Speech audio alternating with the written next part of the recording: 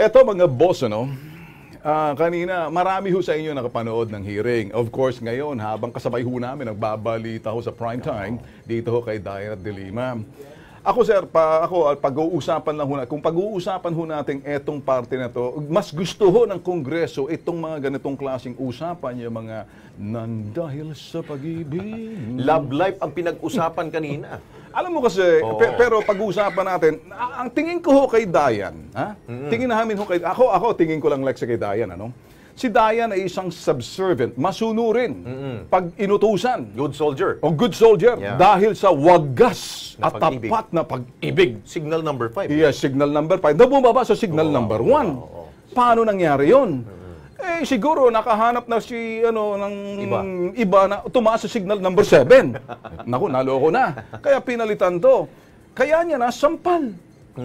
Na siya'y pinalitan ng isang, kilala mo naman yun, mas matikas sa kanya, mas gwapo. Si Warren. Pero sa akin lang, pag-uusap, seryoso lang ho pag-usapan natin, Ang isang bagay, pag winidheld mo, itinago mo, o ang totoo, na dapat kapareho kay Dayan na sana pumunta ng hearing nung that time, hindi na sana umabot sa ganyan para nasabi na. Pero pala, base doon sa sinasabi ng anak ni Dayan at si Dayan mismo, ang nagsabi sa kanila, huwag kang pumunta dyan kasi pagtatawanan lang tayo rin, kakagawan lang ni Alvarez yan at kay Digong. Doon na insulto itong mga proud congressmen na ang alam, showbiz naman. Pero kung pag-uusapan, ikaw ba'y nagsasabi ng totoo si Dayan, puro o may pinoprotektahan?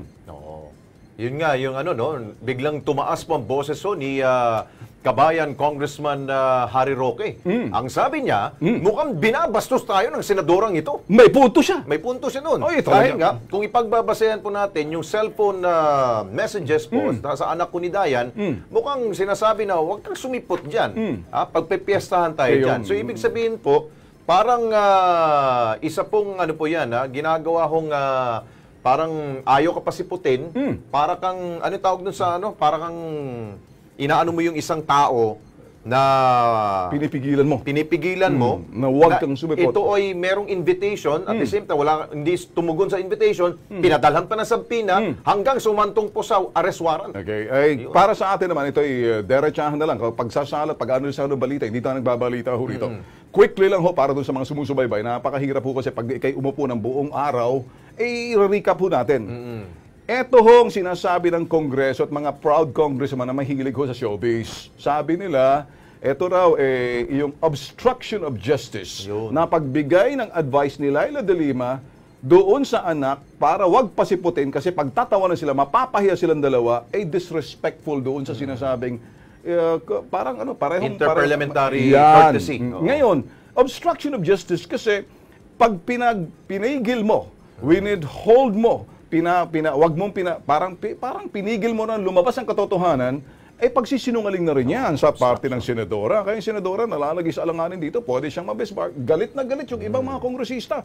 Samantalang iba nagpipista.